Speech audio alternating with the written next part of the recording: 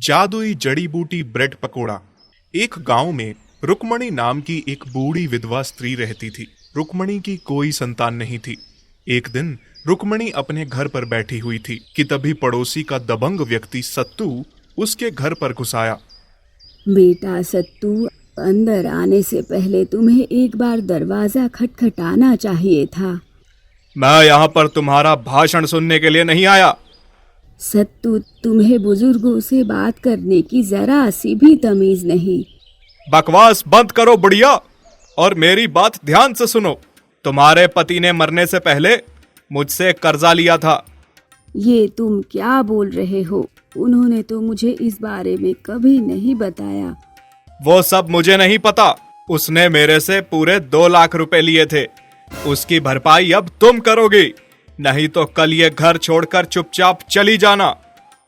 सत्तू वहां से चला गया। रुक्मणी गांव के मुखिया के पास जाकर बोली, मुखिया जी, गांव का दबंग व्यक्ति सत्तू मुझे धमकाने आया था। बोल रहा था कि मेरे पति ने उससे कर्जा लिया था, वो भी 2 लाख रुपए। तुम्हारे पति ने सत्तू से कर्जा तो लिया था, लेकिन जहाँ तक मैं जानता हूँ तो उसने सिर्फ 2 या 3 हजार रुपए ही लिए थे, और मैंने उसे मना भी किया था। मैं एक गरीब बेसहारा हूँ। मुखिया जी, मेरी मदद कीजिए। उसने मुझे घर खाली करने की धमकी दी है। ठीक है रुक्मणी जी, मैं सत्तू से बात करूंगा। अगले दिन मुखिया सत्तू से बोला, सत्तू, तुम्हें एक विधवा पर अत्याचार करते हुए जरा सी भी शर्म नहीं आती? मुखिया जी, जिसने की शर्म उसके फूटे करम। अत्याचार करके पैसा कमाना मेरा धंधा है। जानता हूँ, लेकिन एक बात याद रखना, इंसान के किए हुए अत्याचार एक ना एक दिन उसी के पास वापस लौट कर आते हैं।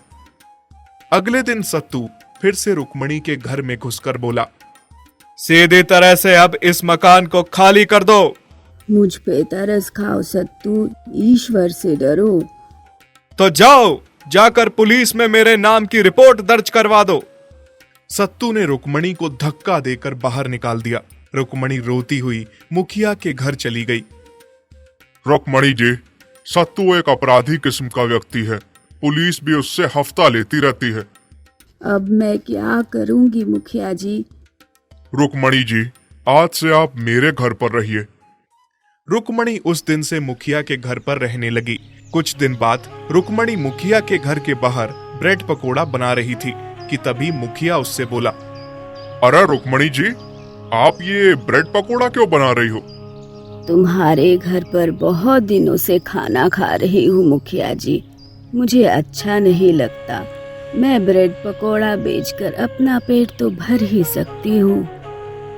लेकिन आपके ब्रेड पकोड़े में ये हरी पत्तियाँ कैसे नजर आ रही हैं? मुखिया जी, ये जड़ी बूटियों का ब्रेड पकोड़ा है। लोगों को बहुत फायदा होगा।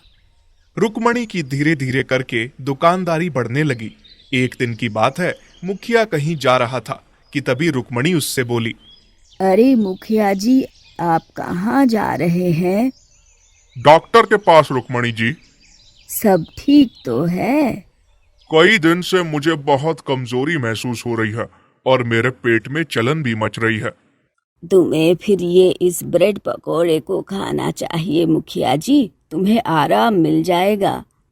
रुक्मणी के कहने पर उस दिन से मुखिया उसे ब्रेड पकोड़ा खाने लगा। मुखिया को बड़ा आराम महसूस हुआ। मुखिया दौड़ते हुए डॉक्टर के पास पहुंचा। चेकअप करने के बाद डॉक्टर मुखिया से बोला, मुखिया जी, मैंने आपको बताया नहीं था। आपको कैंसर की बीमारी थी, जो कि अब ठीक हो चुकी है। मगर ये कैसे हुआ? पता नहीं, शायद ये रुक्मणी जी की जड़ी बूटी से बने हुए ब्रेड पकोड़ों का असर है। मुखिया ने पूरे गांव में ढिंढोरा पीट दिया।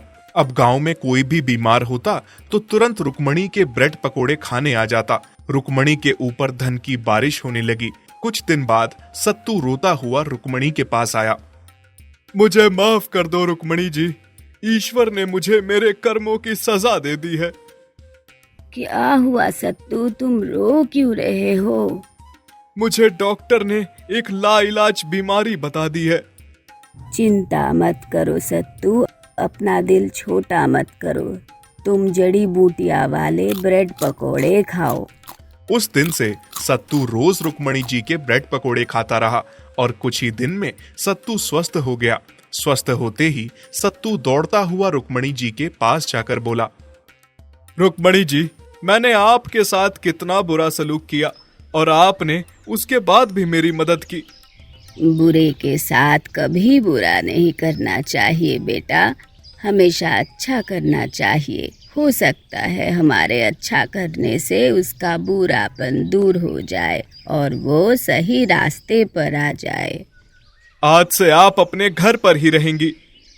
सिर्फ मेरा ही नहीं सत्तू, तुम हर उस घर को, उस गरीब को वापस कर दो जिसे तुमने छीना था।